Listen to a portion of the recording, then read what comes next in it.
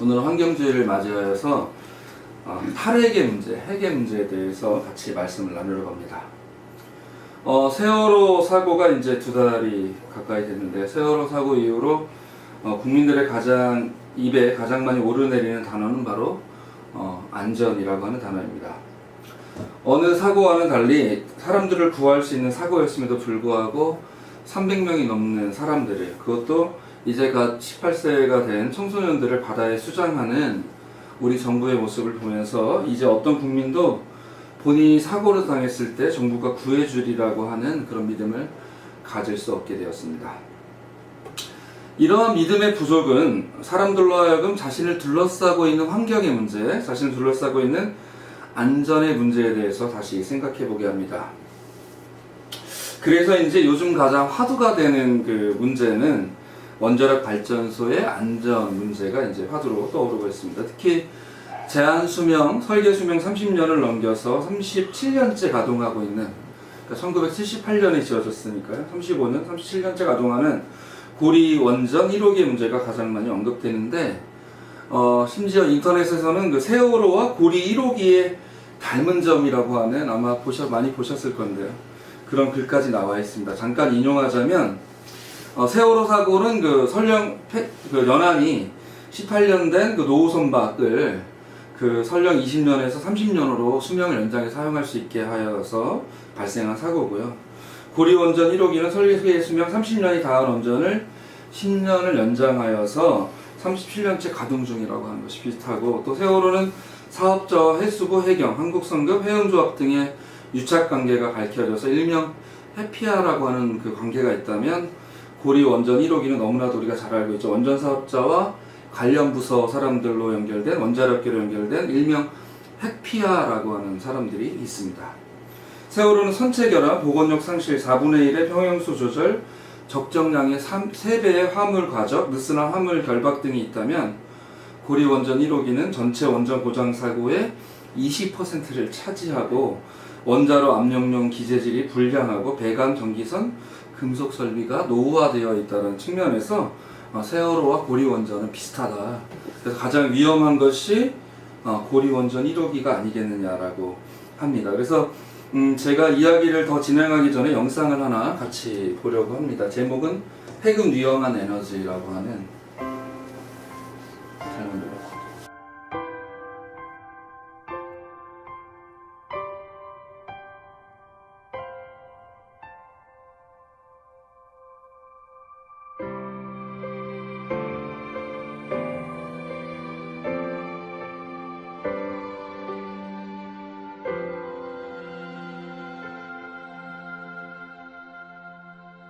Danny boy, the pipes are calling from glen to glen and down the mountainside.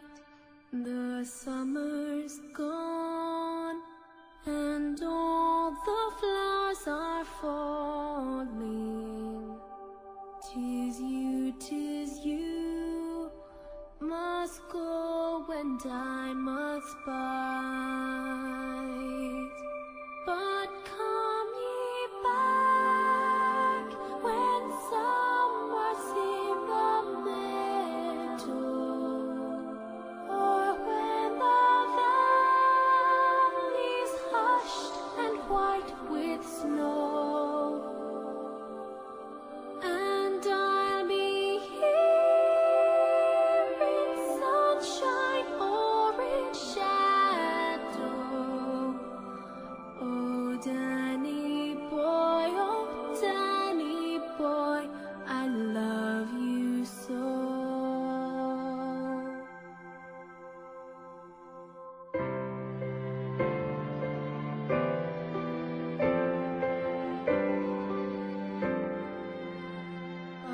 If you come and all the flowers are dying and I am dead, as dead I may well be, you come and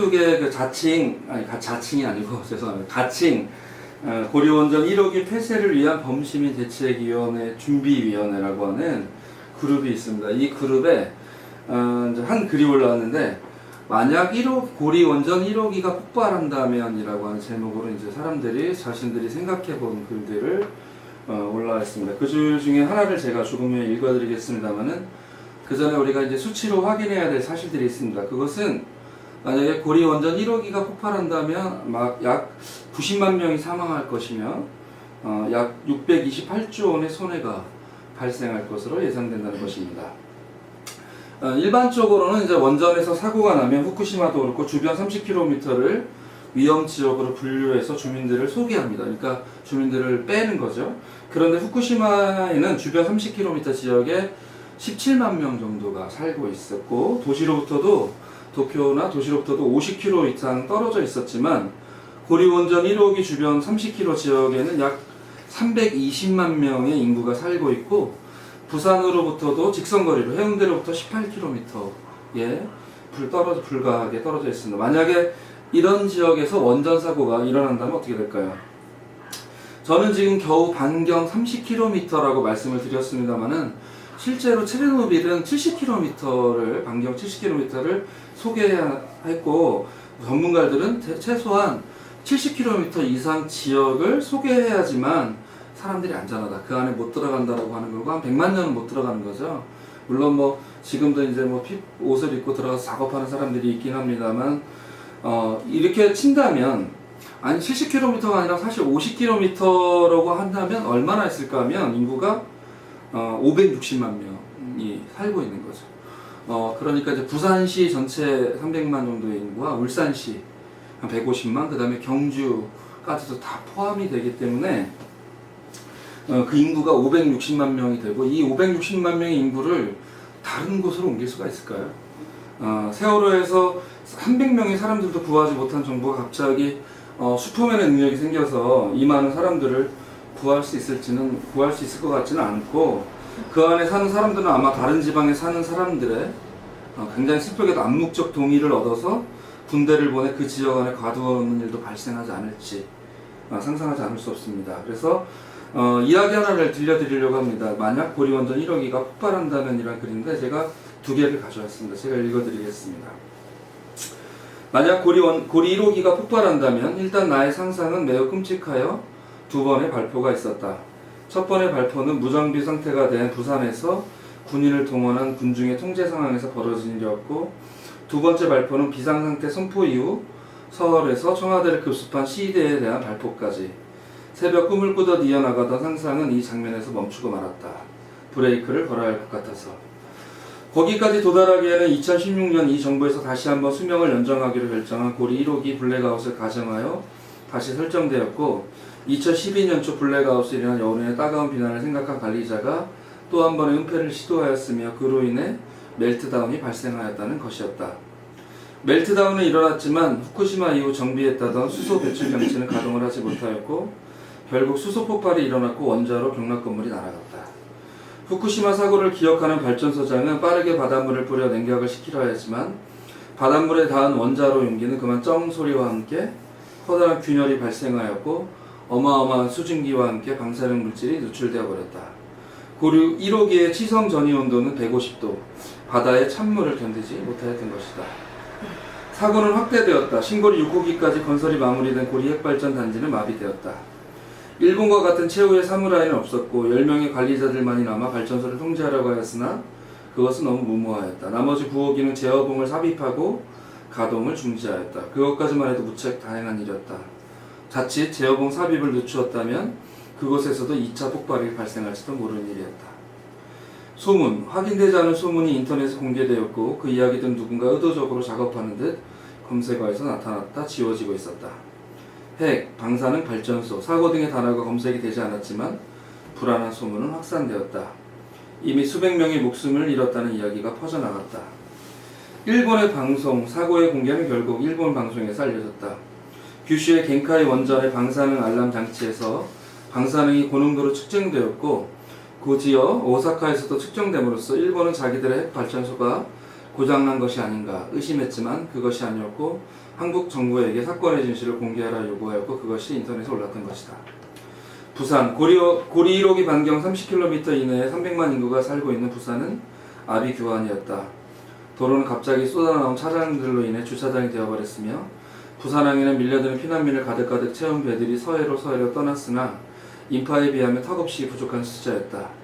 한국전쟁에 피난선이 부산으로 왔던 것과 비교되는 이상한 장면이었다. 인터넷 정보에 빠른 젊은이들은 마트에서 음식을 잔뜩 사재기하여 창문을 꼭꼭 걸어잠근 채 3일이 지나기를 기다리고 있었고 그 모습을 본 60대 이상의 노인들은 전쟁을 떠올리며 사재기에 동참하였다. 부산은 전쟁과 같은 상황이 되었다. 마음이 급한 아이들의 부모들이 걸어서라도 탈출을 감행하였다. 일단 30km를 벗어나는 것이 목표였으나 바람이 어디로 불지를 몰라 불안한 마음이 가득하였다. 군대가 왔다. 사람들은 군대가 동원되자 환호성을 질렀다. 일단 질서가 잡힐 것으로 생각되었고 생필품이 공급될 것이라고 생각되었으며 무엇보다도 요오드제라도 공급될 수 있을 것이라 생각되었기 때문이다. 그러나 군대는 사람들의 탈출을 막았다. 300만이라는 인구가 다른 도시로 떠나면 전 국가가 혼란에 빠질 것이고 그것은 체제가 위협받을 수 있다는 판단이었기 때문이었다. 이상하리 만치 군대에 의한 인구 통계의 통제는 공감을 얻고 있었다. 다른 지역, 다른 도시들에서조차 고리 사람들이 자기 지역으로 몰려오는 것을 바라지 않는 것 같았다. 인터넷에서는 노골적으로 부산 사람들이 이미 방사능 덩어리라 위험하다는 소문이 퍼져갔다. 이게 첫 번째 글이고요.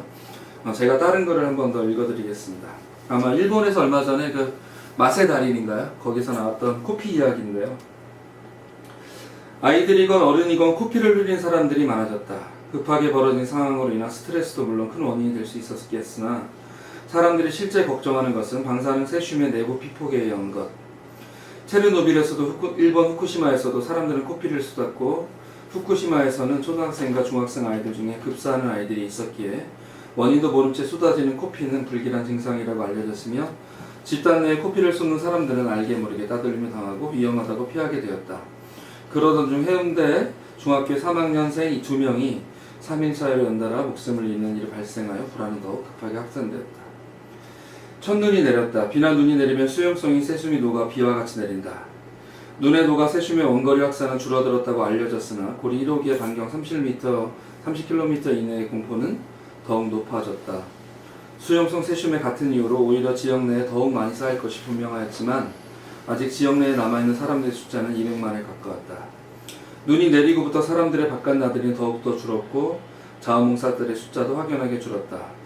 재미있다고 해야 하나 군용우비인 판초오이가 수요가 늘어나 지역의 천막 가게들은 현망용 재단을 판초오이로 만들어 우울한 대목을 누렸다고 한다. 방사능에 찌든 지폐를 모으면서도 주인은 좋다고 입이 찢어지더라고 흠보는 사람들이 생겼다. 코리아 탈출은 외국인들만 하는 것은 아니었다. 이중 국적자들은 당당하게 빠져나갔고 일부 부유층 자식들이 떠나갔다. 여론을 의식한 정부는 공항을 차단하여 이유 없는 탈출을 통제하였고 다시 비자 없는 출국을 금지하였다. 그러나 그것은 힘없는 자들에게만 해당되는 것일 뿐 나갈 수 있는 사람들은 다 빠져나갔다. 미국에 보내 미국 시민권을 얻은 자식들의 초청장만 있으면 발급되는 미국 비자였기에 유학생 자식을 둔 부모들이 비행기 티켓을 구매하라고 여행사를 방문하였고 출국 통제에도 불구하고 미국행 티켓은 프리미엄이 붙어 30배의 가로 가까이 올랐다. 원화의 폭락, 후쿠시마 사고에도 불구하고 엔화는 안정성을 유지했고 오히려 엔화 강세를 보여 일본을 더 힘들게 하였으나 이명박 정권 이후의 외채의 급증과 외환관리의 실패로 인해 원화는 폭락하였다. 곤란한 것은 닥쳐오는 식량 위기였다. 이미 식량 자금률은 25%가 안 되는 실정에서 원화의 폭락은 외국산 먹거리의 가격을 천정부지로 높여버렸기에 돈이 있어도 식량을 구하지 못하게 되는 일이 발생하였으며 유엔은 식량의 원조를 요청하게 되었다. 이제 사람들은 그것이 농약에 치든 것인지 강우병 유발지역에서 온 것인지 유전자 조작에 의해 만들어진 것인지 심지어 그것이 후쿠시마 산인지를 가리지 않게 되었다. 그런 것을 따지기에 상황은 심각했고 굶어 죽지 않기 위해서는 식량 배급줄이 내 앞에서 끊어지지 않는 것만으로도 감지덕자였다. 우리는 핵의 위험성을 잘 알고 있다고 생각합니다. 그러나 실제 사건이 일어난다면 어떤 일이 일어날지 예측할 수가 없습니다. 특히 세월호 사건을 대하는 정부 관리들의 모습을 보면서 핵폭발이 일어난다면 과연 어떤 대비책을 가지고 대응할 수 있을지 사뭇 의심이 됩니다. 제가 이 두 개의 글을 읽어드린 이유는 아마 여러분들에게, 우리 교인들에게 위험을 강조하고 협박하기 위한 것은 아닙니다. 제가 이 글을 읽어드린 이유는 정말 사고가 난다면 단순히 사고가 나서 폭발만 일어나겠지라고 생각하는 우리들에게 있어서 이러한 가상의 추리, 그러나 개연성 있는 글들을 통해서 어떻게 국민들이 통제되고 또 식량의 문제가 어떻게 발생하고 그 피폭이라든지 요오드제라든지 이런 문제들이 약이라든지 이런 문제들이 어떻게 정말 대비될 수 있을지 300만 명, 최소 500만 명이 피폭된 상황에서 우리나라가 과연 그런 것을 대비할 수 있을지, 그리고 이것은 대비한다고 정말 대비가 되어지는 것인지 구체적으로 생각해 보기 위해서입니다. 그래야만 핵의 위험성을 우리가 제대로 알 수 있지 않을까 생각해서 이 두 가지 글을 읽어드렸습니다. 아마 핵의 위험성에 관련해서 여러분들도 모두 정보를 가지고 있다고 생각하기 때문에 더 이상은 말하는 것이 불필요해 보입니다. 제가 보기에 문제는 행동하는 것입니다. 우리는 핵의 위험을 분명히 알고 있지만 구체적으로 생각해보지 않았기 때문에 행동하지 않습니다.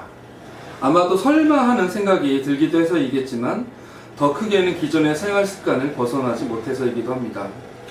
전기가 주는 편리성, 대안을 고민하는 것에 대한 어려움, 어찌 되겠지 하는 마음과 더불어 나 하나가 변한다고 해서 뭘 어찌 되겠어 라고 하는 마음까지 우리는 지금까지 살아온 편리한 삶에 대한 타협으로 지금의 삶을 유지하려고 하고 있고 어려움을 알지만 행동하지는 않고 있습니다. 그러나 2011년 후쿠시마 원전 사고 이후에 우리의 삶은 변화를 요청받고 있습니다.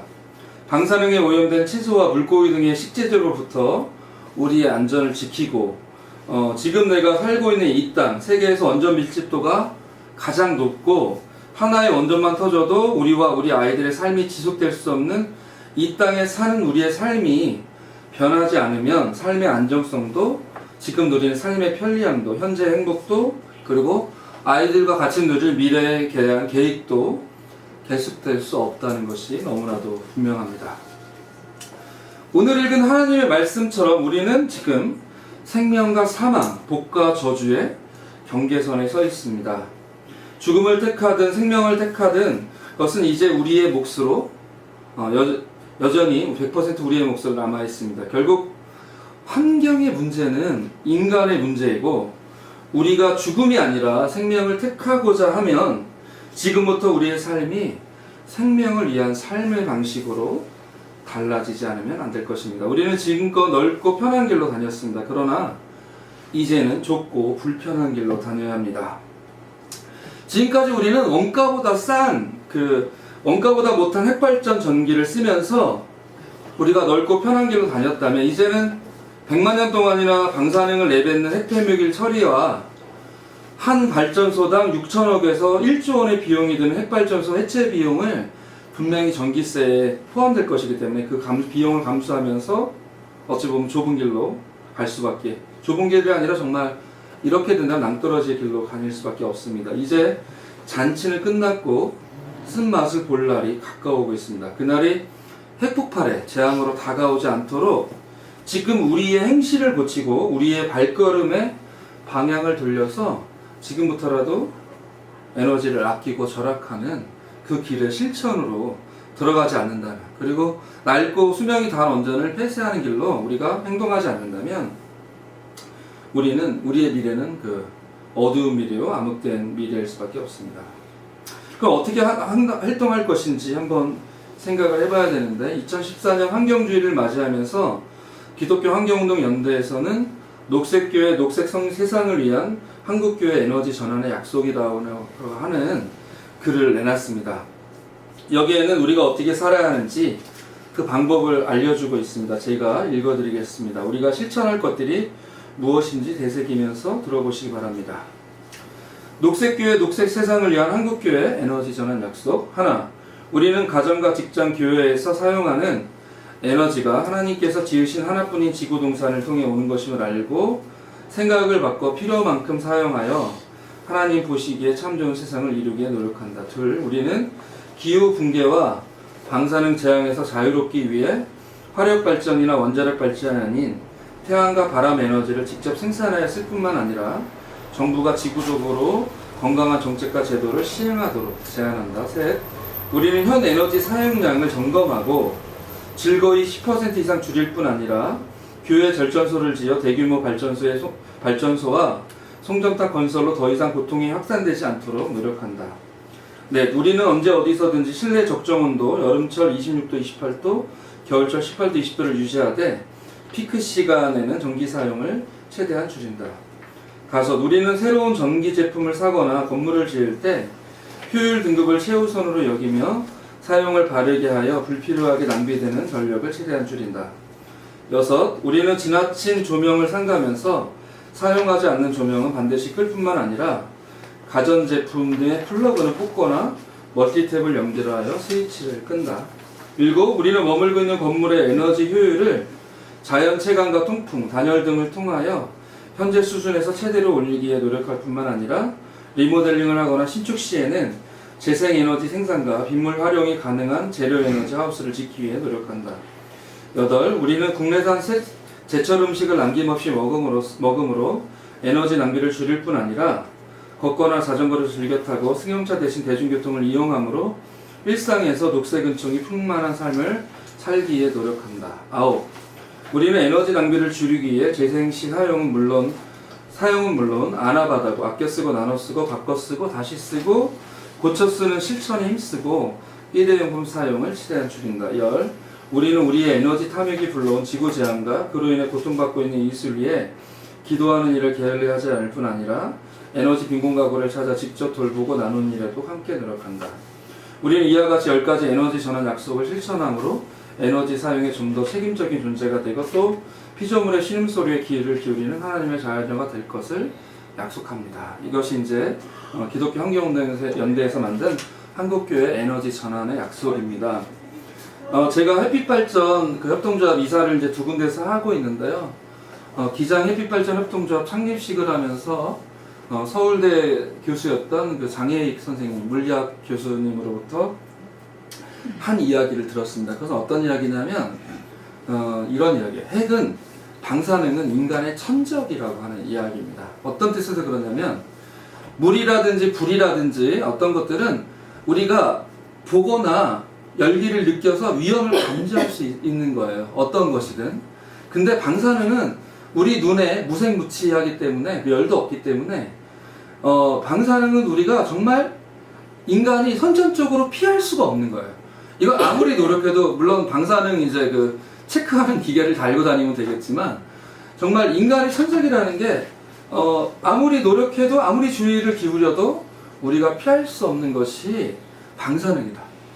그렇기 때문에 방사능은 인간의 천적이다. 도망갈 수 없다 이런 얘기를 하시면서 방사능으로부터 우리를 지키기 위해서는 이제 햇빛 발전이라든지 이렇게 직접 실천할 수 있는 지금에서 에너지를 만들어낼 수 있는 일에 같이 동참하자고 하는 이야기를 들으면서 깨달음을 한번 얻게 되었습니다. 아 그렇구나. 지금까지 인류가 살아온 방식은 소리가 나면 도망가고 물이 불면 좀 피하고 높은 곳을 피하고 불이 나면 열기가 느껴져서 자다가도 도망갈 수가 있는데 방사능이라고 하는 건 우리 옆에 갖다 놓더라도 전혀 우리가 캐치할 수 없는 알아차릴 수 없는 그런 물질이라는 생각이 들었습니다. 그러면서 더욱더 지금부터라도 대한에너지를 개발한 일에 이제 햇빛 발전으로서 노력을 해야겠다는 생각을 했고 두 번째로는 아마 여기 아까 10가지 약속 중에 대부분의 내용은 대한에너지를 생산하는 내용은 두 번째 한 가지밖에 없습니다.